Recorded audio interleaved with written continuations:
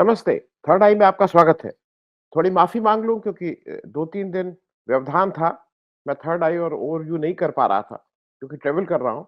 कल हमारे प्रधानमंत्री जी ने मुझे ऐसा लगता है कि रिकॉर्ड बनाने की जो उनकी इच्छा है ना, हर चीज़ में रिकॉर्ड, विश्व गुरु, विश्व उसपे भाषा पे नियंत्रण ना हो और दूसरे को कैसे अपशब्द बोला जाए, इसका अगर कभी रिकॉर्ड बनेगा कि देश के प्रधानमंत्री लोग किस तरह से भाषा पे बिना नियंत्रण के दूसरे को कुछ भी अपशब्द कहते थे, उसमें कोई दावेदारी नहीं है। मतलब उसमें कोई और आस-पास भी नहीं आता है।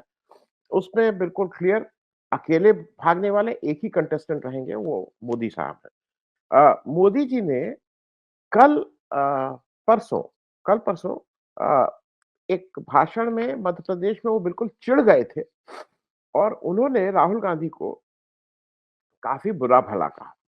अ, किसी की पॉलिसी पे अटैक करना, किसी की चीज़ों पे कहना मेरे ख़्याल में ऐसी कोई बात नहीं होती है। वो आपका अधिकार है, आप इलेक्शन में हैं तो आपको दूसरे की पॉलिसी पे ज़रूर बोलना चाहिए। लेकिन राहुल गांधी को आपने बेवकूफ़ों का सरदार और ऐसा बेवकूफ़ आदमी है, क्या-क्या नहीं कहा। आप बहुत चिढ़ जाते हैं। देखिए, मैं अभी भी मानता हूँ कि बेवकूफ़ होना शार्प होना बेवकूफ़ी की कुछ हरकतें करना, ये सब ठीक है। लेकिन दिमाग से अगर किसी अ, ऐसी चीज़ को जिससे जो इंसानियत के अगेंस्ट हो, उससे फ़ायदा उठाना ही मेरे ख़्याल में जिसको कहते हैं ना कि वो जो दिमागी रूप से वो व्यक्ति अ, बहुत इंसानियत वाला नहीं है। बहुत सी चीज़ें कही नहीं जा सकती हैं, कहना भी नहीं चाहिए, देश के सबसे बड़े पद पे बैठे हैं। अगर गोधरा के जो कांड हुआ और गोधरा के बाद जो हुआ, जितने लोगों की खून बहे, जितने कितने लोगों की जानें गईं, उसको अगर इलेक्शन प्लान बना के आप वोट की राजनीति करते हैं, तो सोनिया गांधी जी ने जो एक ही बार पूरे उनके सोनिया गांधी के पूरे 25, 30, 40 साल का जो भी उनका करियर है पॉलिटिक्स में, एक ही चीज़ उनके अगेंस्ट लोग चिपकाते हैं कि उन्होंने कुछ नेताओं को मौत का सौदागर कहा था। लेकिन जो गोधरा में हुआ था वो स्टेट स्पॉन्सर्ड अभी भी वो बात क्योंकि सरकार आपकी थी, आप के आपकी कोई माना नहीं था और एक तरह से आपने जो चाहा था वो उस तरह का आपने ऑर्डर ले लिया था। लेकिन आज भी माना ये जाता है कि वहाँ पे गोधरा में जो हुआ वो नरसंहार था और उसके बाद आपने उस गोधरा और गोधरा के बाद होने वाले नरसंहार को बहुत ही सक्सेसफुली वोट में तब्दील किया था।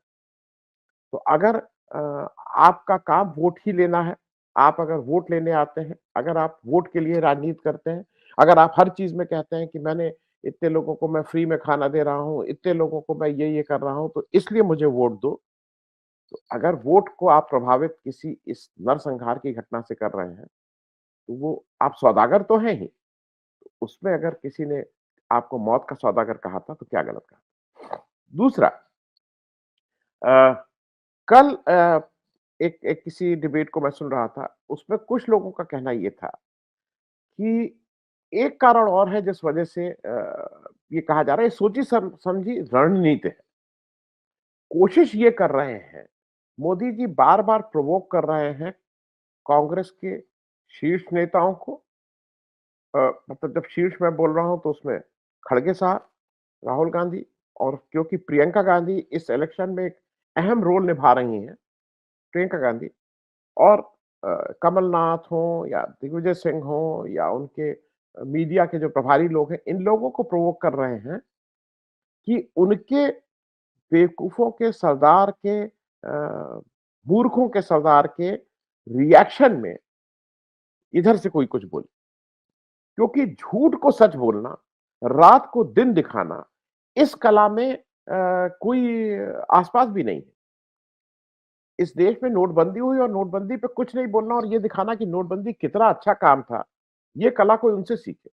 देश में कोरोना के समय ऑक्सीजन की कमी से कितने लोग मरे और सरकार ने उस समय कितना निकम्मेपन का काम किया, उसको छुपा के हमने टीके लगवाए, हमने टीके फ्री में दिए, जो कि पिछले 75 साल से नहीं, जब देश गुलाम था तब भी टीके फ्री में दिए जाते थे। उस बात को अपने पक्ष में कैसे चेंज करना है, ये कोई मोदी जी से सीखे। तो सारा कुछ इसलिए हो रहा है कि कहीं से कुछ भी एक रिएक्शन आए। अगर आपको याद हो, मणिशंकर अय्यर ने इनके बारे में कहा था कि ये नीचता की हद है। नीचता की हद होना एक एक बहुत कॉमन फ्रेज था। लेकिन ये ले क्या उड़े, मुझे नीच कहा, मुझे नीच कहा, मुझे नीच कहा। आपको किसी ने नीच नहीं कहा था, आपकी हरकतों को, आपकी जो क्रियाएँ होती हैं, उसको नीचता की हद बोला था। आप व्यक्ति विशेष को नीच किसी ने नहीं कहा था, लेकिन आप उसको ले उड़े थे। और आपका झूठ बोलने का तो कोई वो है ही नहीं। आप अपने गाली का ब्यौरा तक अगर रखते हैं, आपने पिछले 9 साल में आपको 91 गाली पड़ी और कहाँ-कहाँ पड़ी, इसका आप पूरा डिटेल अगर कोई प्रधानमंत्री लेके चल रहा है, तो ये अच्छी बात है। फैक्ट्स एंड फिगर्स जिसको कहते हैं ना, टिप पे है। दिक्कत क्या है कि गाली की फैक्ट्स और फिगर्स तो आपके टिप पे हैं, लेकिन देश की अर्थव्यवस्था, देश की बेरोजगारी, देश के जो लोग जिस तरह से बिना चिकित्सा सुविधाओं की जो दिक्कतें हो रही हैं, देश की महिलाओं के साथ जो अत्याचार हो रहा है, मणिपुर में कितना के लोग मर रहे हैं, मणिपुर में जो व्यभिचार हो अत्याचार हो रहा है, उसकी चीजें आपके टिप्स पे नहीं है। शिकायत हम लोगों को आपसे ये है कि अगर आप गाली की का ब्यौरा अपने फिंगर टिप्स पे रख सकते हैं, तो क्यों नहीं महिलाओं के साथ होने वाले अत्याचार को, बलात्कार को आप अपनी टिप पे रखते हैं। ये जो जो मूल प्रश्न है वो इस बात का है। मैं इस बात को इसलिए कह रहा हूँ कि ये ट्रिगर क्यों हुआ? कुछ लोगों का कहना है कि ये जो गाली-गलौज थी, ये एक तो सोची-समझी रणनीति का हिस्सा है, लेकिन शायद एक ट्रिगर होने का एक बड़ा कारण और था, जिसको कहते नहीं, एक दुखती रग पे हाथ रख देना, किसी का वीक पॉइंट होता है। मैं मान लीजिए केमिस्ट्री मुझे नहीं आती है या मुझे तैरना नहीं आता है, तो लोग मुझे सब बताएं कि भाई तैरना कितने अच्छा है और क्या है और केमिस्ट्री। उसी तरह से ये जो दुनिया में और देश में ढिंढोरा पीटते हैं कि हमने ये कर दिया, हमने वो कर दिया, उसमें एक जुमला है, मेक इन इंडिया। वर्ड पे ध्यान दीजिएगा, ये मेड इन इंडिया नहीं है, मेक इन इंडिया है। देखिए, एक उद्योग होता है, एक व्यापार होता है। मैं उसको लार्जर कॉन्टेक्स्ट में इसलिए समझा दूं कि लोग उसमें कभी-कभी चूक जाते हैं। उद्योग होता है। हम लोग जब बड़े हो रहे थे या आप भी जब थे, तो टाटा बिरला को उद्योगपति कहा जाता था। व्यापारी नहीं थे, उद्योग लगाते थे, चीजें बनाते थे, कुछ क्रिएट करते थे और उससे लोगों का रोजगार भी मिलता था, देश की भी तरक्की होती। नई जो जनरेशन आई है, ये व्यापारी। आपका सामान ₹2 में लिया, आगे उसको ₹4 में बेचा। ये व्यापार है। इसको कुछ लोग दलाली कहते हैं, कुछ लोग आढ़त कहते हैं, कुछ लोग कुछ भी कहते हैं। अंबानी साहब व्यापारी हुए, पहले थे और उन्होंने 20, 30, 40 वर्ष तक व्यापार किया देश की व्यवस्था में अपनी। उसी तरह से अडानी साहब व्यापारी हैं, ये लोग उद्योगपति नहीं है। तो ये डिफरेंस थोड़ा समझना होगा। लोग कहते हैं बड़े बिजनेसमैन हैं, इंडस्ट्रियलिस्ट नहीं है। तो ये तो एक तो दिमाग में स्पष्ट करना होगा। उसी तरह से मेक इन इंडिया और मेड इन इंडिया में जमीन आसमान का फर्क है। मेक इन इंडिया में क्या हो रहा है कि आप विदेश से सामान ला रहे हैं। जो बार-बार हो रहा है कि चीन से आप 100 बिलियन, आपका जो ट्रेड डेफिसिट है, वो बहुत ज्यादा है। चीन को अगर आप ₹20 का सामान दे रहे हैं, तो वहां से ₹100 का सामान ला रहे हैं। और वो ला क्या रहे हैं? आप जैसे मोबाइल के पार्ट्स लाके यहाँ पे असेंबल कर रहे हैं। अगर असेंबल कर रहे हैं तो वो मेक इन इंडिया है, वो मेड इन इंडिया नहीं है। तो इसीलिए आपने उस टर्म को धीरे से खिसका के मेक इन इंडिया कर दिया था। आप मेड इन इंडिया नहीं बोल रहे थे। मेड इन इंडिया में, मेक इन इंडिया में आपने उसका लोगो एक शेर बनाया था दहाड़ता। वहां पे दहाड़ सकता है, काम नहीं करेगा।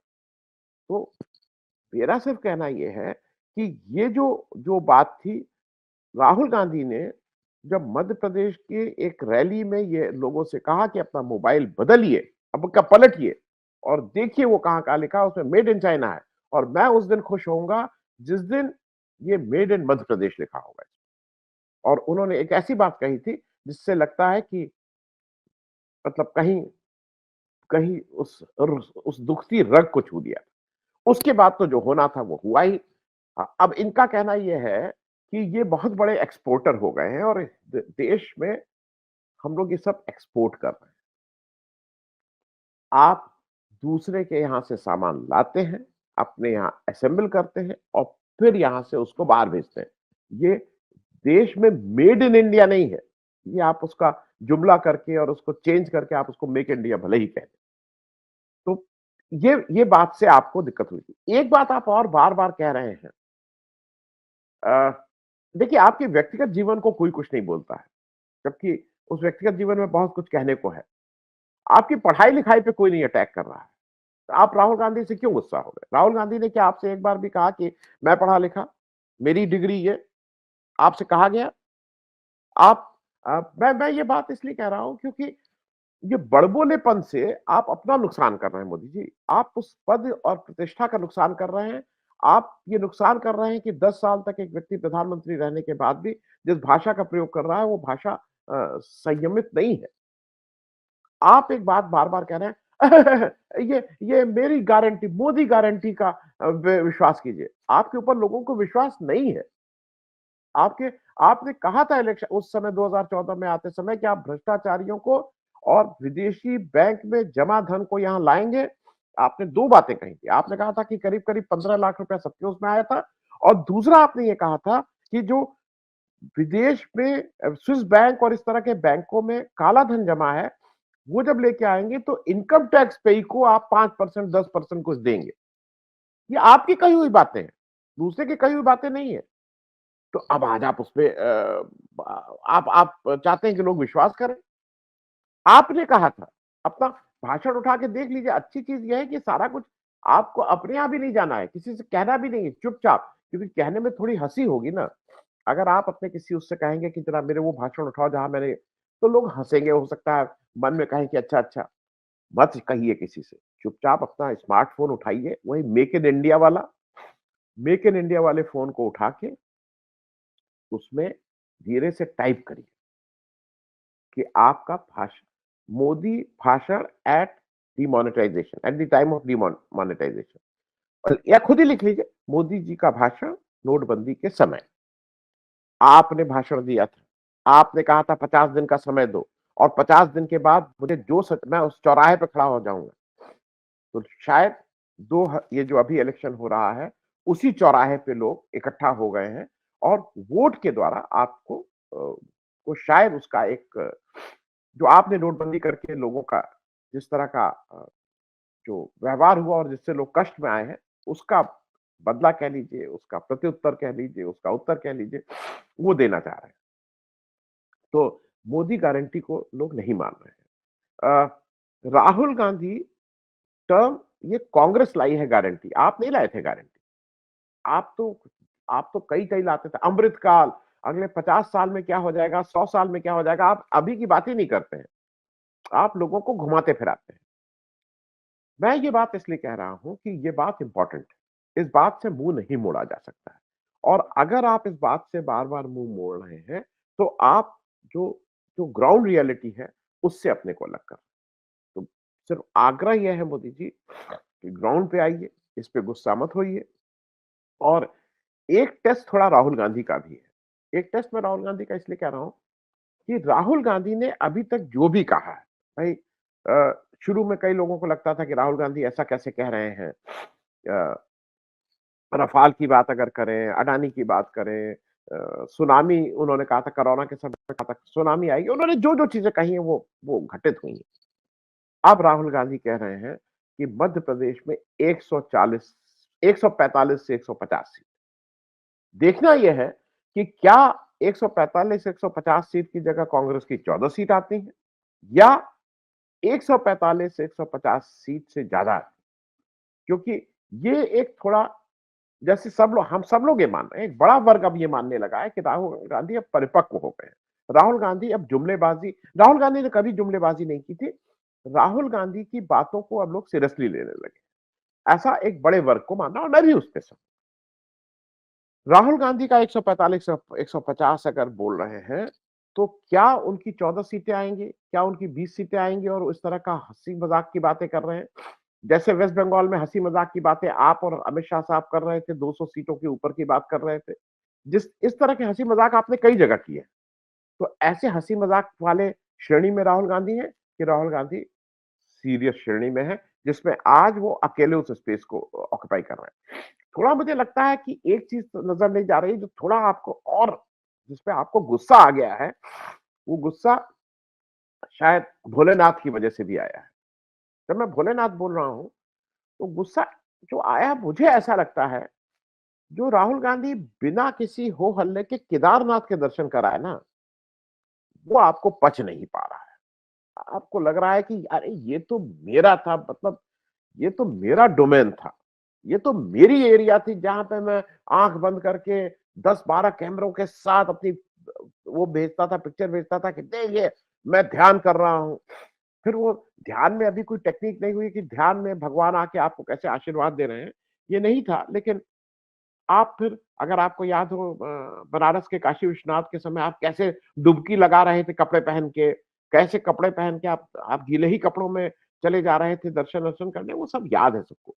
अब आपको लगता था कि ये तो सबसे बड़ा ठेकेदार मैं था।